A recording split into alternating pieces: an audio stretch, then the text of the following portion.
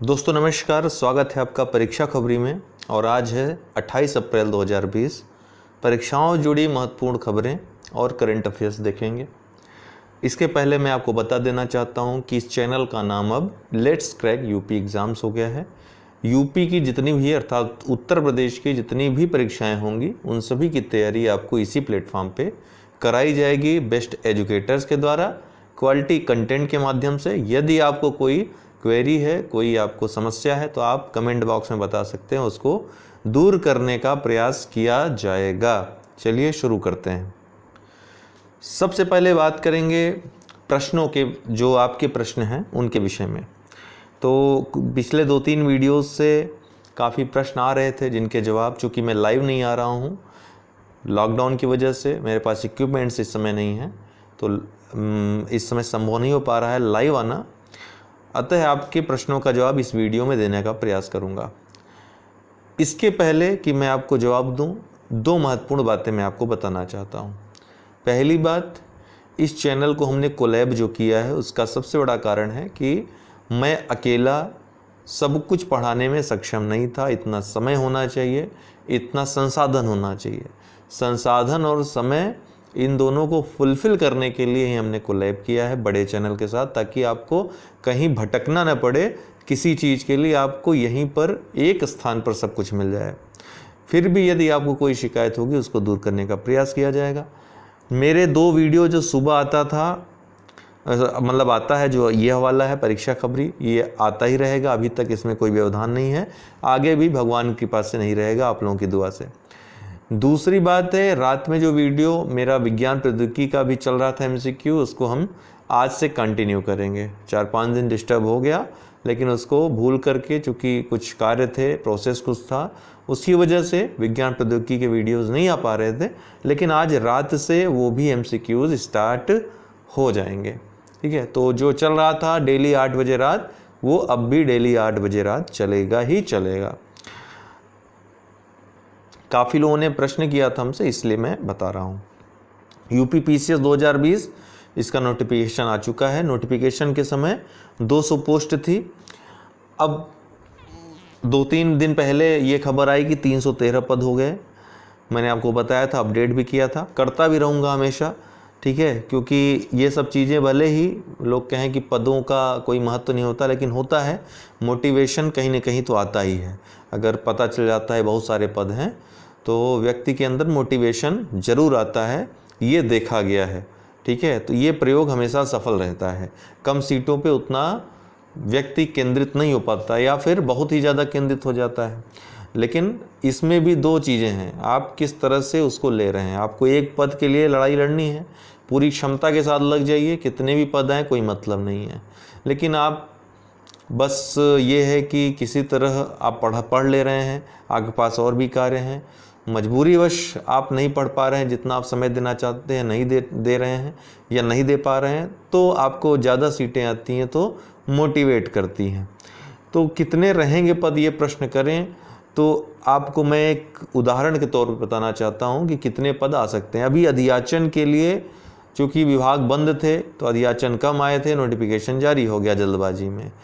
अभी आपको बता दूं 28-29 विभागों से अधियाचन आया ही नहीं है, और आएगा ये तो एकदम तय है। डिप्टी SP, अगर पुलिस विभाग छोड़ दिया जाए, डिप्टी जेलर तो आ रहा है, लेकिन डिप्टी SP आने की संभावना कम है, क्योंकि इसके पहले काफ़ी भर्ती हो गई। 2018 में भी काफ़ी भर्ती होनी है, तो 1-2 जैसे 19 में नहीं आया तो 20 में भी आने की संभावना कम है। बाकी सभी विभागों से पद आएंगे ही आएंगे, और ज़्यादा मात्रा में आ रहे हैं। आपको बता दूं 90 सीटें तो अभी 61 सीटें तो SDM की हैं, ये भी बढ़ेंगी। NT की, नायब तहसीलदार की 90 सीटें हैं, 110 सीटें और ऐड होंगी अभी इसमें। स्पेसिफिक पोस्ट है CDPO, इसलिए मैं उसकी बात नहीं करूंगा। अभी 105 पोस्ट आई हैं, तभी 313 हुआ है, लेकिन ये और भी 40-40 पोस्ट और जुड़ेगी इसमें, 145 के आसपास पोस्ट हो जाएगी।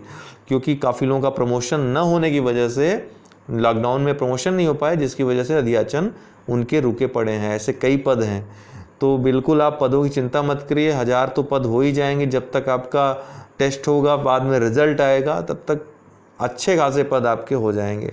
तो मोटिवेशन होने के लिए पर्याप्त है, मोटिवेट होने के लिए पद की संख्या काफ़ी रहेगी।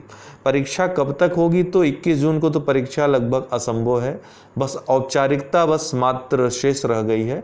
औपचारिकता मतलब जब तक आयोग आधिकारिक रूप से घोषणा न कर दे, बाकी तो घोषित अघोषित रूप से तो ये एक प्रकार से मतलब कि ये रिजेक्ट ही समझिए। 21 जून को तो परीक्षा नहीं हो पाएगी। बाकी परीक्षाएं यूपीपीसीएस 2019 की, आरओ 2016 की, बीईओ की परीक्षा। देखिए बार बार मैं इसलिए बताता हूं कि बार बार आपकी तरफ से प्रश्न आते हैं, नहीं तो मैंने एक बार ही बता दिया है कि लॉकडाउन जब तक नहीं खुलता है तब तक परीक्षाओं पे कोई डिसीजन लेने की क्षमता ही नहीं है आयोग में नहीं, किसी में नहीं। हरियाणा में आप देखा आपने 1 साल के लिए भर्ती ही रद्द कर दी, ठीक है ना। यूपी गवर्नमेंट भी कर सकती है अगर ज़्यादा कोरोना का मामले बढ़े तो। ये देख रहे हैं कई देशों में ऐसा हुआ कि कोरोना, जैसे चाइना में हुआ था, वुहान शहर को उन्होंने ओपन कर दिया, फिर से कोरोना किसी को हो गया, फिर से फैल गया, फिर बंद करना, लॉकडाउन करना पड़ा उनको। तो ये चलता रहेगा जब तक पूरी तरह समाप्त नहीं होता, खतरे से निकलते नहीं, तब तक बड़ी गैदरिंग करना खतरे से खाली नहीं है। और जान है तो जहान है। सरकार भी, आपको दिख रहा होगा कि सरकार का ध्यान जीवन बचाने में ज़्यादा है, कार्यप्रणाली अर्थव्यवस्था को बचाने में नहीं है। एक ही चीज़ बचाई जा सकती है, या तो आपका जीवन बचा ले या तो अर्थव्यवस्था बचा ले, रोजगार आपको दे दे। तो इस चीज़ के लिए आप बिल्कुल तैयार रहें। हाँ, तैयार आपको किसके लिए रहना है? तैयारी आपको करनी है, पढ़ाई करनी है। इस समय का जो बहुमूल्य समय आपको मिल रहा है इसका सदुपयोग करना है। ऐसा ना हो कि लॉकडाउन में यह आपको बाद में विचार आए कि काश उस समय पढ़ लिए होते, काश कि हम उस समय घर में आराम न कर रहे होते, पढ़ लिए होते, अच्छा खासा समय मिला है। तो कुछ बातों से आपको सावधान भी रहना है। वो बातें कौन सी? एक तो फॉर्म भरने को लेकर है, एक आपको परीक्षा समय में आप जब परीक्षा हाल में जाएंगे तब के लिए है। तो दोनों के बारे में बात करने के पहले 2018 पीसीएस के मेंस के कुछ विद्यार्थी हैं, छात्र हैं, ज़रूर वो हमारा वीडियो देख रहे होंगे, इसलिए पहले उनको ये बात मैं बता दूं, यूपीपीसीएस 2018 मेंस का कट ऑफ जो जा रहा है 660, मैंने बहुत पहले आपको बताया था, ठीक है, जब रिजल्ट तैयार हो गया था तभी बता दिया था। 660 ये आपका कट ऑफ जा रहा है, ठीक है। लेकिन इस कटाव को बताने का आपके ऊपर कोई फ़र्क नहीं पड़ना चाहिए। क्यों? क्योंकि अगर 760 भी जाता तो भी आपका हो सकता था, और 550 भी जाता हो सकता है आपका, तब ना हो सके। क्यों? एग्ज़ामिनर के मूड पर निर्भर करता है पहली बात तो यूपीपीएससी में ज़्यादातर चीज़ें, और दूसरी बात है स्केलिंग पे काफ़ी बातें निर्भर करेंगी, मॉडरेशन पे काफ़ी बातें निर्भर करेंगी। आपने क्या लिखा है, बहुत लोग लिख कर आते हैं कुछ भी और समझ लेते हैं बहुत अच्छा लिख कर आए हैं, बहुत लोग कॉपी भर कर आते हैं, वो समझते हैं बहुत अच्छा लिख कर आए हैं, बहुत लोग ज़रूरत से ज़्यादा लिख कर आते हैं, वर्ड लिमिट में नहीं लिख कर आते हैं, उनको भी लगता है कि हमने तो आंसर दिया है तो हमको नंबर मिलने चाहिए, लेकिन ऐसा होता नहीं है, ठीक है। आंसर राइटिंग प्रैक्टिस अगर आपके अंदर नहीं है तो आप सब कुछ जानकर भी, सब कुछ लिखकर भी नंबर नहीं पा सकते हैं। अगर आंसर राइटिंग लिखना आपको अच्छा आता है, जानकारी बहुत कम है, तो भी आप अच्छे अंक पा सकते हैं। इसीलिए हम कहते हैं आंसर राइटिंग आप लोग करिए। सावधान किन बातों से रहना है, तो हमने आपको बताया था कि आयोग अब सख्त हो रहा है धीरे धीरे। जो लिबरल वर्ग होते थे वो अब हटा रहा है। जैसे आप OMR सीट पे कोई गलत चीज़ भराते थे, रोल नंबर गलत भराते थे, या फिर बुकलेट नंबर नहीं भरते थे, ठीक है, उसको गोला नहीं करते थे, तो आयोग मैनुअली कर देता था। लेकिन अब ये सिस्टम हटा रहे हैं। अगर आपने अब कुछ भी मिस्टेक की तो आपको आपका पेपर जो है, वो आपका जो उत्तर है वो कैंसिल हो जाएगा और आपका 1 वर्ष बर्बाद हो जाएगा, ठीक है, आपके किए कराए पे पानी फिर जाएगा। इसलिए ध्यान दीजिएगा परीक्षा हाल में जाते वक्त, ये इन सब चीज़ों पे ध्यान दीजिए। दूसरी बात, सफ़ेदा वाइटनर का उपयोग अब मत ही करें तो ही ज़्यादा सही है। काफ़ी चर्चा इस समय आयोग में चल रही है कि इसमें कुछ कड़ा एक्शन लेंगे, ठीक है, क्योंकि इसके पहले यूपी की कुछ भर्तियां आयोग वहाँ हाई कोर्ट में गई और वाइटनर के कारण फंसी थी। तो ऐसा अब कोई भी आयोग स्टेप नहीं लेना चाहता कि कोई कोर्ट में जाए कोई भी वैकेंसी, ठीक है, तो बहुत सावधानी से अब आगे बढ़ेंगे। दूसरी बात है फॉर्म भरने को लेकर के काफ़ी लोगों ने, जैसे कि सबसे पहले तो पहले ही कॉलम में गलती कर दी, पीसीएस है, आरएफओ है और बोथ है। तो कई लोगों ने बोथ टिक कर दिया, कई लोगों ने सिर्फ आरएफओ, कई लोगों ने पीसीएस किया है। देखिए सिंपल ग्रेजुएशन है, चाहे जिस सब्जेक्ट से, बीटेक है, बीए है, बीएससी कुछ भी है, आप पीसीएस के लिए अप्लाई कर सकते हैं। लेकिन उसके पहले, अर्थात फॉर्म भरने के पहले या फॉर्म भरने की जो लास्ट डेट है उसके पहले पहले आपका रिजल्ट आ जाना चाहिए। जो भी, चाहे स्पेशल योग्यता ही क्यों न मांगी हो, कोई स्पेशल योग्यता के लिए आपको एलएलबी मांगी है तो भी आपका ग्रेजुएशन एलएलबी भी कंप्लीट होना चाहिए, अपीयरिंग नहीं, अपीयरिंग कुछ भी नहीं, ठीक है। ये आप मन में बैठा लीजिए अपने। अगर गलत करते हैं तो आयोग आपको डिबार कर सकता है, बाकायदा नोटिस इसने जारी की थी इसके लिए। तो कोई गलत चीज़ आपको नहीं भरनी। इस क्या होता है क्या दोस्तों, दरअसल क्यों आयोग इतना कड़ा हुआ है, क्योंकि अक्सर होता था गलत लोग सेलेक्ट हो जाते थे, बाद में पता चलता तो वो योग्य ही नहीं है, तो ये एक लोगों की सीट खा जाते थे। तो इसलिए आयोग ने निर्णय लिया, निर्णय सही भी है, होना भी चाहिए ऐसा। आपको फॉर्म भरना तो एटलीस्ट आना चाहिए, आप इतने बड़े पद के लिए अप्लाई कर रहे हैं तो अगर बीएससी आपने किया है, बैचलर ऑफ साइंस किसी सब्जेक्ट से किया है, बीएससी किया है, तो आप दोनों के लिए अप्लाई कर सकते हैं, बोथ भर सकते हैं, ठीक है ना।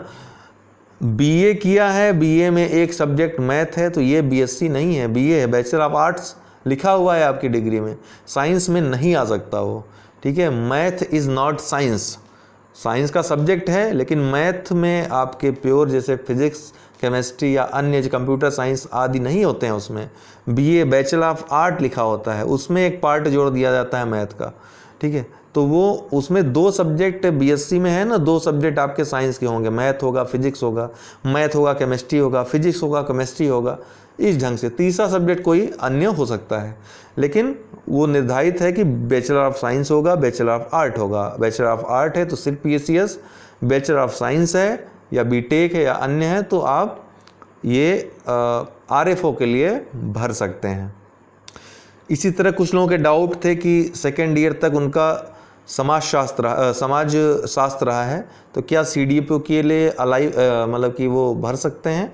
बिल्कुल भर सकते हैं, सेकेंड ईयर तक रहा है। थर्ड ईयर में ये यूनिवर्सिटी का रूल है छोड़ना, आपको छोड़ना पड़ा, लेकिन आपने वो पढ़ाई पढ़ी है, 2 साल तक उसको पढ़ा है, ग्रेजुएशन का आपका हिस्सा रहा है, तो वो गिना जाएगा, वो आपके ग्रेजुएशन में ही आएगा, अर्थात ग्रेजुएशन विथ सोशलॉजी माना जाएगा। इसी तरह अन्य पदों के लिए भी अगर आपने 2 वर्षों तक रखा है उसको, तो ग्रेजुएशन विथ दैट सब्जेक्ट माना जाएगा, ठीक है। इसको लेकर कोई भी भ्रांति आप न पालें। कोई भी प्रश्न आपके अलग हो तो आप कमेंट बॉक्स में कर दें, हम शाम वाले वीडियो में या कल वाले सुबह वाले वीडियो में आपको बता देंगे। दूसरी बात है, अब 1/3 माइनस मार्किंग हो गई है, ठीक है। 1/3 माइनस मार्किंग, इसके अलावा 13 गुना आप क्वालिफाई कराए जाएंगे प्री में, और मेंस में क्वालिफाई कराए जाएंगे 2 गुना। पहले 3 गुना कराए जाते थे प्री में, वहीं 18-20 गुना कराए जाते थे। तो हर लेवल का कंपटीशन बड़ा है, प्री में मेंस में दोनों में।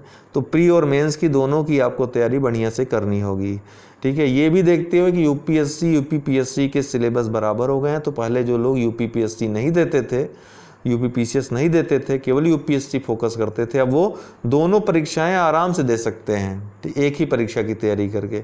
इसलिए भी कंपटीशन बढ़ा है, और इसमें आपको घबराने की ज़रूरत नहीं है। आप भी पढ़ाई करिए, पढ़ाई तो वही करनी है, कोई मैथमेटिक्स आपको बीटेक या बीएससी की तो पढ़नी नहीं है, सब कुछ वही है, जो वो पढ़ेंगे वही आप पढ़ेंगे।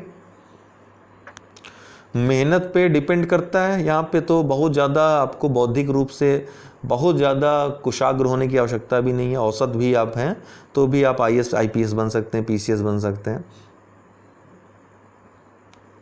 अब रिजल्ट्स की बात कर लेते हैं दोस्तों। UPPCS 2018 mains result, APO result और अन्य जो रिजल्ट्स हैं। देखिए एपीओ रिजल्ट आ सकता है जल्द। यूपीपीसीएस मेंस रिजल्ट भी पैनल बनते ही, हमने आपको बताया था कि इंटरव्यू लेने से पहले पैनल बना लिया जाता है, अर्थात परीक्षा परिणाम घोषित होगा उसके पहले पैनल बना लेंगे, ताकि इंटरव्यू के लिए जल्द बुलाया जा सके। ताकि कुछ चीज़ें होती हैं हम आपको यहाँ पर नहीं बता सकते, वो चीज़ें न हो पाए, उसको अवॉइड करने के लिए ऐसा किया जाता है।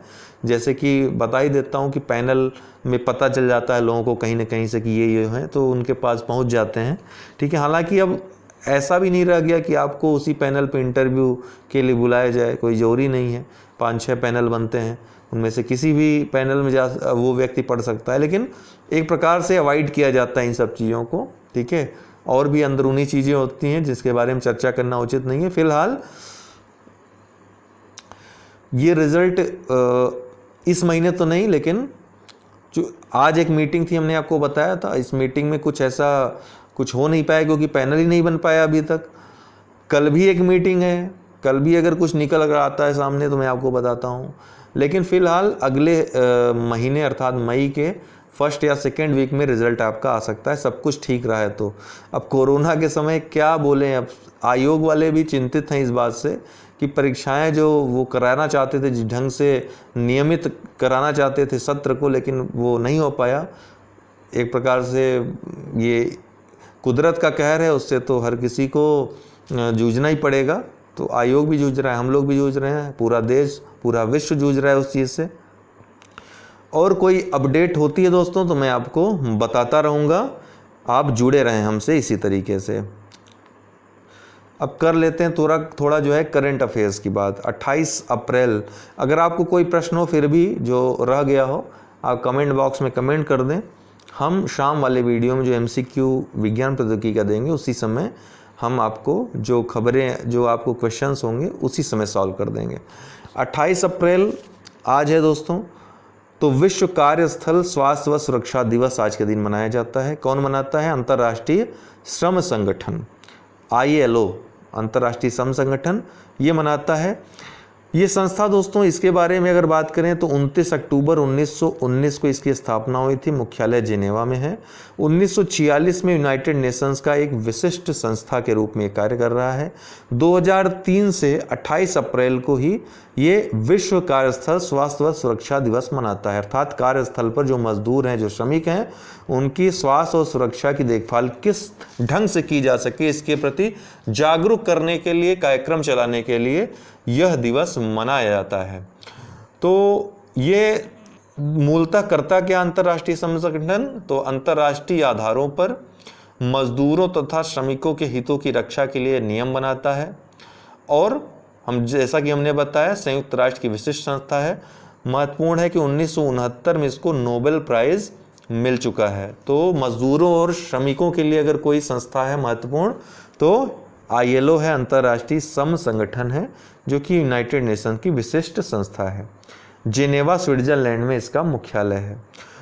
दूसरा खबर है, आज दो ही महत्वपूर्ण खबरें थी, आपकी परीक्षाओं जुड़ी खबरें ही बताता हूं जो परीक्षाओं के लिए महत्वपूर्ण हो। तो SIPRI, Stockholm International Peace Research Institute, ये दोस्तों एक स्टॉकहोम स्वीडन में स्थित एक थिंक टैंक है जो तमाम जो है शस्त्रों संबंधित, ये अपने जो है शस्त्र हो गया, सैन्य खर्च हो गया, आदि आयुधों से संबंधित अपने खोज कार्य करता है, अध्ययन करता है, ठीक है। और इसका जो लक्ष्य है, इसका जो उद्देश्य है वो पीस डेवलप करना है, ठीक है ना, वो पीस डेवलप करना है।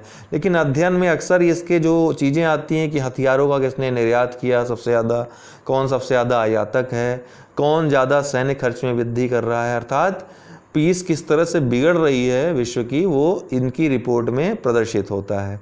तो वर्ष 2019 में अभी हाल ही में 27 अप्रैल को कल एक रिपोर्ट आई जिसमें कहा गया वर्ष 2019 में वैश्विक सैन्य खर्च में इस दशक की सर्वाधिक वृद्धि रही, अर्थात 2019 में इस दशक की सर्वाधिक वृद्धि रही सैन्य खर्च में वैश्विक रूप से। कितनी रही? 3.6%, अर्थात विश्व में सैन्य खर्च बढ़ रहा है। इसमें अमेरिका पहले स्थान पे, चाइना दूसरे स्थान पे, तीसरे स्थान पे भारत आ गया है। अब भारत चौथे स्थान पे था पिछली बार, तीसरे स्थान पे सऊदी अरब था। पहली बार भारत तीसरे स्थान पर पहुंचा है, टॉप 3 में पहली बार भारत पहुंचा है। चाइना, अमेरिका पिछली बार भी पहले और दूसरे स्थान पे थे। पहली बार एशिया के 2 देश टॉप 3 में पहुंचे हैं, महत्वपूर्ण है। तो भारत ने किसको पछाड़ा? तो सऊदी अरब को, याद रखिएगा, सैन्य खर्च में। और सैन्य खर्च का सबसे बड़ा कारण क्या रहा? जो चाइना और पाकिस्तान साथ बीच में जो मुद्दे हुए, जो तनावपूर्ण स्थितियां उत्पन्न हुई, उसके कारण जो है भारत के सैन्य खर्च में बढ़ोतरी हुई। तो दोस्तों आज के लिए यही खबरें थी। आपको बता दूं, अनअकैडमी ऐप, आप लर्निंग ऐप डाउनलोड कर लीजिए, इंस्टॉल कर लीजिए। यहाँ पे किसी विषय, किसी भी कोर्स की आप जानकारी लेना चाहते हैं, सर्च करिए, ठीक है। आपको जिस भाषा में पढ़ना हो उस भाषा में मिल जाएगा। बेस्ट एजुकेटर्स मिल जाएंगे आपको, बेस्ट कंटेंट्स मिल जाएंगे आपको। इसके अलावा चाहे तो आप सब्सक्रिप्शन ले सकते हैं। सब्सक्रिप्शन के लिए जब सब्सक्रिप्शन बॉक्स में जाएंगे तो यहाँ पर इंटर रेफरल कोड है, ये कंटिन्यू करेंगे जो भी आपको कोर्स लेना हो। कंटिन्यू करने के बाद जैसे आपने UPPSC UPSSC सब्सक्रिप्शन लेना हो तो कंटिन्यू करिए, जो भी कोर्स लेना है क्लिक करके यहाँ पर इंटर रेफरल कोड आएगा। रेफरल कोड में ये मेरा रेफरल कोड आप डाल सकते हैं UD10। इसको जब आप यूज़ करेंगे तो आपको डिस्काउंट मिल जाएगा जो भी आपकी फ़ी रहेगी। फ़ी जैसे कि आपको बता दूं 12 मंथ की आप कोई कोर्स करना चाहते हैं, 12 मंथ के लिए, 12 महीने के लिए पढ़ना चाहते हैं तो 7,000 कुल आपका पड़ता है फ़ी 1 साल का। 24 महीने के लिए करते हैं तो केवल 9,100 पड़ता है। तो आप चाहें तो 2 वर्ष के लिए इनरोल हो सकते हैं आराम से। लाइव क्लास कोई भी आप ले सकते हैं अपने मन पसंदीदा कोर्स की, सारे विषयों की कंप्लीट क्लासेस आपको मिलेंगी। डाउट क्लियरिंग सेशन वगैरह रहता है, आप डाउट क्लियर करिए अपना आराम से, ठीक है। और UD10 यूज़ करेंगे तो आपको और ज़्यादा छूट मिल जाएगी फीस में, ठीक है दोस्तों। तो आज के लिए इतना ही, बहुत बहुत धन्यवाद।